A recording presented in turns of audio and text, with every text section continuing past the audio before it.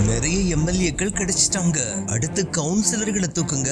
5 அலரும் திராவிட கட்சிகள். சென்னை மாநகராட்சியில் திமுக கவுன்சிலர்களின் எண்ணிக்கை அதிகம். இந்நிலையில் திமுகவிலிருந்து விலகி தவேகாவில் இணைய சில கவுன்சிலர்கள் தயாராகி வருகின்றனர் என்று தகவல்கள் வெளியாகியுள்ளன. சென்னை மாநகராட்சியை பொறுத்தவரை திமுக தான் வெயிட். மொத்தம் 151 கவுன்சிலர்கள் திமுகவிற்கு இருக்கின்றனர். இவர்களுக்கு அடுத்தபடியாக அதிமுகவிற்கு 15 கவுன்சிலர்கள் இருக்கின்றனர். எனவே மாநகராட்சி கூட்டத்தில் திமுக வைக்கும் தீர்மானம்தான் வெற்றி பெறும். ஆனால் என்னதான் பலமான கட்சியாக திமுக இருந்தாலும் தவேகாவின் மக்கள் செல்வாக்கு திமுக கவுன்சிலர்களிடையே அச்சத்தை ஏற்படுத்தியுள்ளது. விரைவில் உள்ளாட்சி தேர்தல் நடைபெறவிருக்கும் நிலையில் தற்போது கவுன்சிலர்களாக இருப்பவர்களுக்கு மீண்டும் திமுக சார்பில் போட்டியிட வாய்ப்பு வழங்கப்படுமா என்பது சந்தேகம்தான். இன்ஸ்டாகிராமில் கவனம் செலுத்துவது, ஜென்சி மீட் நடத்துவது, செய்தியாளர்கள் சந்திப்பில் இளைஞர்களை முன்னிறுத்துவது போன்றவற்றை பார்க்கும் போது இளைஞர்களை அதிக அளவில் களம் இறக்க திமுக திட்டமிட்டிருப்பது உறுதியாகியுள்ளது. இப்படி இருக்கையில்